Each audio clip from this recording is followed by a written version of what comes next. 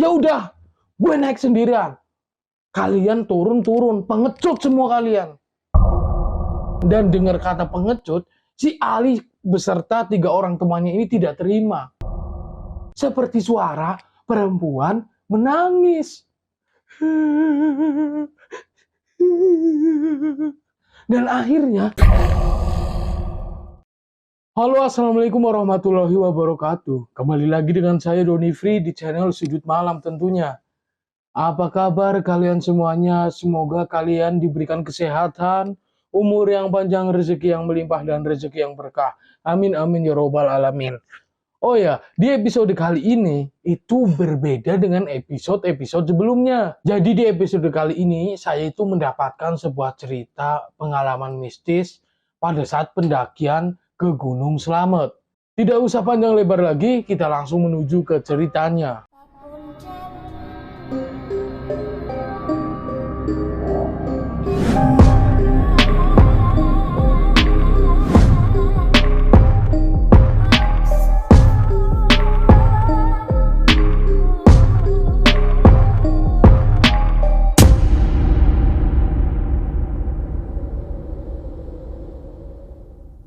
Ada 5 orang remaja, yaitu ada si Ali, Ari, Dodo, Naufal, dan Eko. Jadi 5 remaja ini berniat akan mendaki ke Gunung Slamet. Si Ari ini aslinya dari Jakarta, jadi keempat orang ini nemenin si Ari untuk naik ke Gunung Slamet. Tetapi 5 orang anak ini yang berpengalaman itu baru 1 orang, yaitu si Ali. Dan 4 orang lainnya itu baru pernah akan naik ke Gunung Slamet pada saat itu juga. Kisah ini terjadi pada tahun 2016. Singkat cerita, mereka ini langsung menuju ke base camp Gunung Slamet yang berada di Desa Bambangan. Tetapi pada saat itu ternyata aktivitas atau pendakian Gunung Slamet pada saat itu masih ditutup. Dikarenakan status Gunung Slamet ini pada saat itu sedang naik. Akhirnya mereka ini pulang. Mereka gagal naik ke Gunung Slamet. Tetapi si Ari ini yang berasal dari Jakarta, dia itu tetap ngengkeng. Dia itu tetap ngomong sama teman-temannya, kalau kita harus tetap naik. Kemana kek? Kita lewat jalur mana kek? Atau kita nggak usah lewat base camp kek? Yang penting mereka itu tetap mendaki dan sampai ke puncak Gunung Slamet. Si Ari ini memang keras kepala banget. Ya mungkin karena dia juga sudah meninggalkan pekerjaannya di Jakarta. Dia sudah sempatkan ke situ untuk naik Gunung Slamet. Tetapi sesampainya di situ, masa iya nggak jadi mendaki? Kan nantinya dia bakal kecewa. Singkat cerita, mereka ini mencari tahu di mana sih jalur pendakian Gunung Slamet selain jalur itu. Dan mereka pun menemukan, tetapi pada saat itu memang jalur liar, tidak ada base camp. Dan di jalur itu pun jalur yang jarang dilewati oleh para pendaki. Tetapi mereka ini tetap memaksa untuk mendaki Gunung Slamet pada saat sore itu. Mereka berangkat mendaki itu pada pukul 3 sore. Singkat cerita, setelah mereka melewati perkebunan warga atau sudah melewati pos 1, mereka itu tetap berjalan sampai pada malam hari, sampai azan maghrib. Dan di situ akhirnya mereka itu memutuskan untuk beristirahat. Dan sebagiannya ada yang sholat, ada yang makan, ada yang bikin kopi, dan ada yang rokok juga. Kira-kira sekitar 20 menit mereka beristirahat, mereka semua ini putuskan untuk kembali lagi berjalan. Dan di tengah perjalanan itu ada pohon gede banget. Dan perlu diketahui, jalur yang mereka lewati ini adalah jalur yang sangat ekstrim. Bahkan jarang sekali pendaki-pendaki melewati jalur itu. Itu masih seperti hutan rimba. Wow, masih gelap banget. Kanan kiri masih gelap walaupun itu siang hari. Dan akhirnya setelah mereka berjalan dan menemui pohon yang sangat besar itu, si Ali ini berinisiatif untuk memberikan tanda di pohon itu. Dengan cara ia mengikat pohon itu dengan rafia berwarna merah. Dan setelah selesai, akhirnya mereka ini kembali berjalan. Tetapi di sini itu mereka sudah menemukan adanya keganjilan.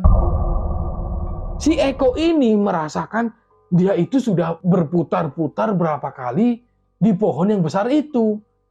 Sama halnya dengan Dodo dan Ali.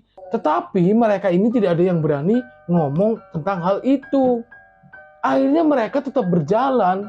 Dan di sini mereka itu ternyata memutari pohon yang sangat besar itu.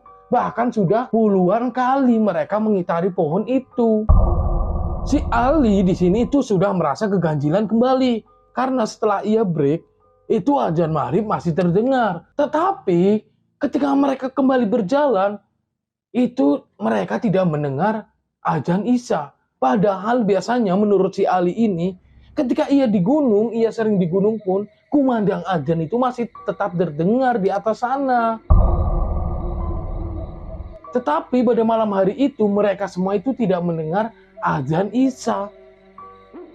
Dan di sini si Eko dan Dodo itu kaget ketika mereka berdua itu melihat jam. Wah, ternyata itu sudah jam 12 malam. Dan mereka ini tidak menemukan pos 2. Padahal mereka sudah berjalan sangat jauh sepertinya.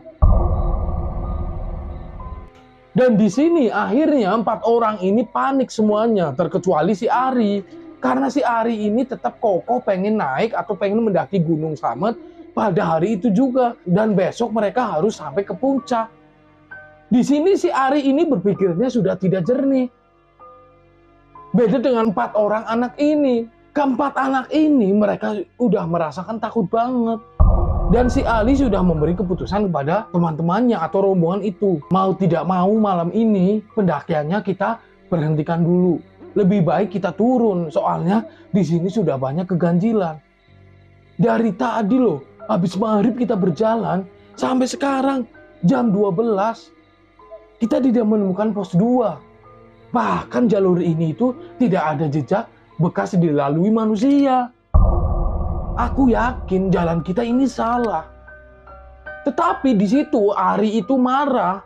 Si Ari itu marah kepada 4 orang temannya itu.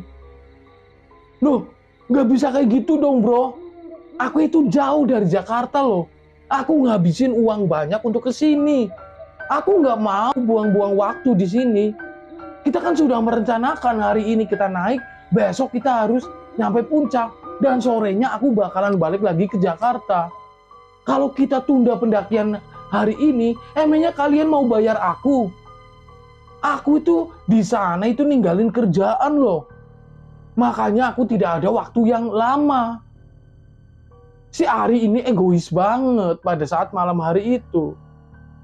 Tetapi keempat orang ini pun hanya terdiam. Kecuali si Ali. Si Ali pun sempat melawan si Ari.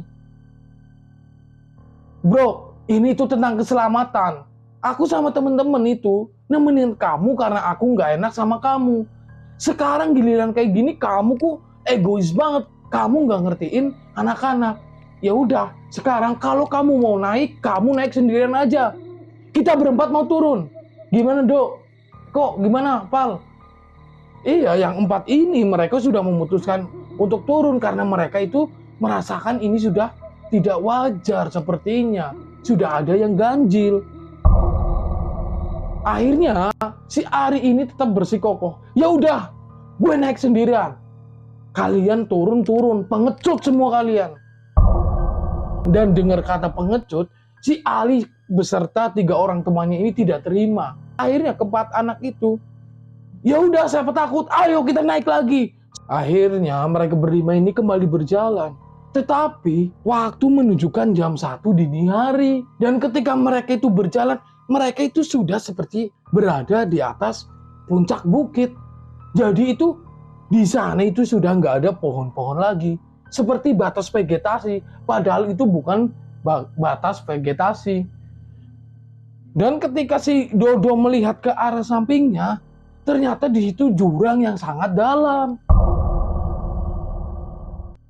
Dan si Dodo pun ini berbisik sama si Ali. Al, udah deh, mendingan kita turun. Perasaan gue itu nggak enak banget. Sumpah gue yakin kita ini nyasar bro.